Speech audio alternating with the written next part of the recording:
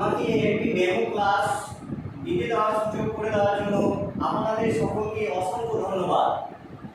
আমি এই পক্ষটাকে একটি আদর্শ ক্লাসরুম এবং আপনাদের শিক্ষার্থী হিসাবে কল্পনা করে নিতে পারি। ধন্যবাদ স্যার। তবে আমি শুরু করছি। গুড আফটারনুন স্টুডেন্টস, তোমরা সবাই কেমন আছো? বা বেশ ভালো। আর আমিও খুব ভালো আছি। আজ আমি তোমাদের গণিতের একটা নতুন কিছু শেখাবো। আচ্ছা বলো তো, তোমাদের অঙ্ক করতে কেমন লাগে? খুব ভালো বা বেশ?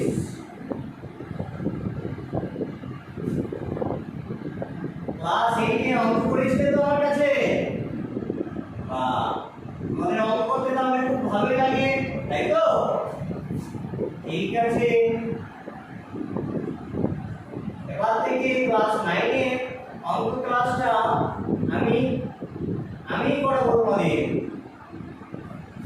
আচ্ছা কেউ বলতে পারবে যে সংখ্যাগুলো এসেছিল, আমরা সংখ্যার ব্যবহার শিখেছিলাম, তখন প্রথমে কোন সংখ্যাগুলো এসেছিল?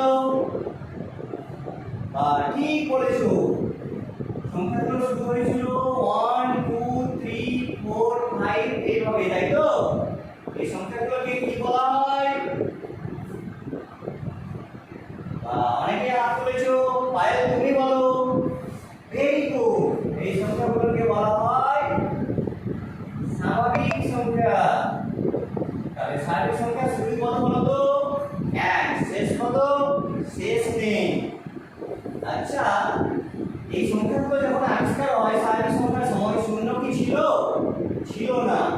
যখন শূন্য আবিষ্কার হলো তখন এই সংখ্যাগুলোকে কি বলা হয়? কে বলতে পারবে?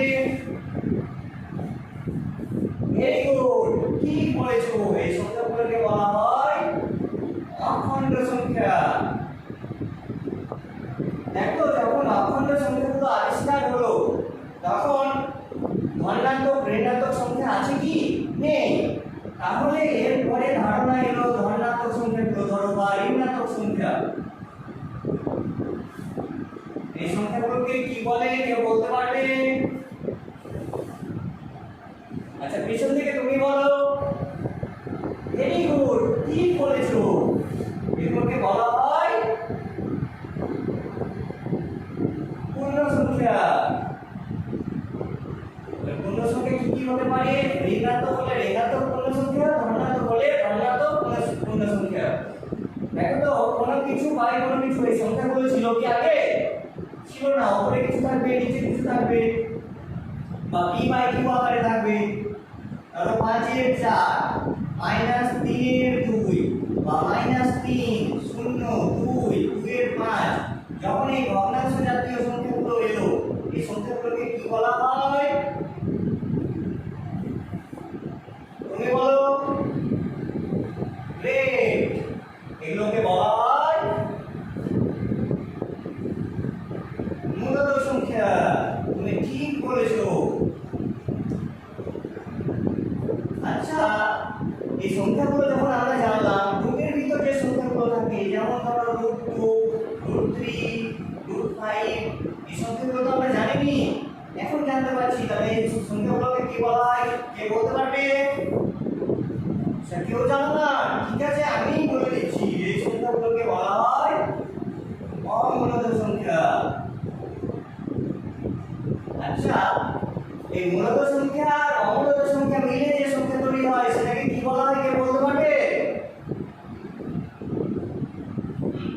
ঠিক আছে, তোমরা যখন পারছো না আমি বলছি, এগুলোকে বলা হয় বাস্তব সংখ্যা। আজকে আমরা এই বাস্তব সংখ্যা নিয়ে আলোচনা করব। তাহলে আমাদের আজকের আলোচ্য বিষয় কি? বাস্তব সংখ্যা। তাহলে আমরা আজকে বাস্তব সংখ্যা নিয়ে আলোচনা করব। প্রথমে জানবো বাস্তব সংখ্যা জিনিসটা কি। যে সংখ্যা রেখাকে আমরা একটা সংখ্যা রেখা স্থাপন করতে পারবো। ক্লাস 8 এ তোমরা শিখেছো তো, যেমন 3 কে সংখ্যা রেখা বা স্থাপন, 2 কে, তো সেই সংখ্যাগুলোকে বলবো আমরা বাস্তব সংখ্যা। বা অন্যভাবে এটাকে যদি আমরা বলি, সমস্ত মূলত সংখ্যা এবং সমস্ত অমূলত সংখ্যা যে সংখ্যাটা মিলে যে সংখ্যাটা পাবো সেটাই হচ্ছে বাস্তব সংখ্যা। তাহলে বাস্তব সংখ্যা জিনিসটা কি সবাই বুঝতে পেরেছো?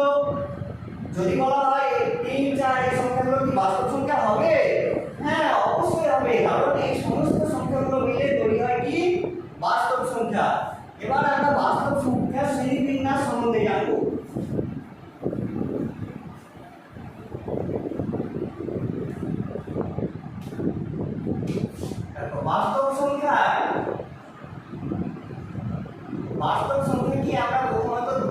ভাগ করি। একটু আগে জানলাম কি কি নিয়ে তৈরি বাস্তব সংখ্যা।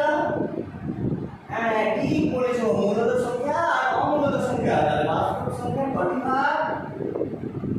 একটা মূলত সংখ্যা আর একটা অমূলত সংখ্যা। আচ্ছা মূলত সংখ্যা কি জিনিস? যেসব সংখ্যাগুলোকে আমরা p বাই q আকারে লিখতে পারবো, যেখানে q নট ইকুয়াল টু 0 আর pq টা হচ্ছে পূর্ণ সংখ্যা, এরকম আকারে যদি আনতে পারি তাহলে সেটাকে বলবো মূলত সংখ্যা। আর যদি এরকম আকারে আনতে না পারি সেটাকে বলবো অমূলত সংখ্যা। তাহলে মূলত সংখ্যা কোনগুলো? ধরো -3/2, -4, 0, 1, 2, 7/2 এরকম। আর অমূলত সংখ্যা কোনগুলো? একটু আগে তোমরা বললাম যেগুলো রুটের মধ্যে থাকবে, রুট থেকে বার করতে পারবো না, সেগুলো হচ্ছে অমূলত সংখ্যা। পাই নাম শুনেছো, পাই সংখ্যাটা হচ্ছে অমূলত সংখ্যা। ধর 2.010000 যখন থাকে তাহলে সেটা হচ্ছে অমূলত সংখ্যা। তাহলে বুঝতে পেরেছো তোমরা? আচ্ছা মূলত সংখ্যা আর অমূলত সংখ্যা তাহলে তোমাদের ক্লিয়ার। এবার আমরা জানবো মূলত সংখ্যার ভাগ। মূলত সংখ্যার দুটো ভাগ রয়েছে। একটা ভাগ জানবো আমরা পূর্ণ সংখ্যা, আর আরেকটা রয়েছে ভগ্নাংশ। এখানে দেখো কোনগুলো পূর্ণ সংখ্যা? -4টা পূর্ণ সংখ্যা, 0, 1, 2 এগুলো পূর্ণ সংখ্যা। ভগ্নাংশ কোনগুলো? -3/2, 7/2 এরকম। এবার পূর্ণ সংখ্যাকে আবার দুটো ভাগে ভাগ করা যায়।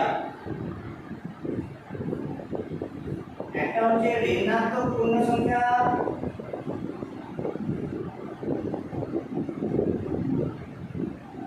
আর আরেকটা হচ্ছে অখণ্ড সংখ্যা। ঋণাত্মক পূর্ণ সংখ্যা কোনগুলো? যেগুলো মাইনাস থাকবে এরকম গুলো ধরো। আর অখণ্ড পূর্ণ সংখ্যা 0, 1, 2, 3। এরপরে দেখো এই অখণ্ড সংখ্যার আমরা দুটো ভাগ করতে পারি, একটা শূন্য স্বাভাবিক সংখ্যা। স্বাভাবিক সংখ্যা আগে আলোচনা করলাম, শূন্য বাদে বাকিগুলো কি স্বাভাবিক সংখ্যা। এই স্বাভাবিক সংখ্যার আবার ভাগ রয়েছে, যেমন রয়েছে যুগ্ম সংখ্যা, অযুগ্ম সংখ্যা, মৌলিক সংখ্যা, যৌগিক সংখ্যা। পরের দিন এই স্বাভাবিক সংখ্যার ভাগগুলো নিয়ে আমরা আলোচনা করব।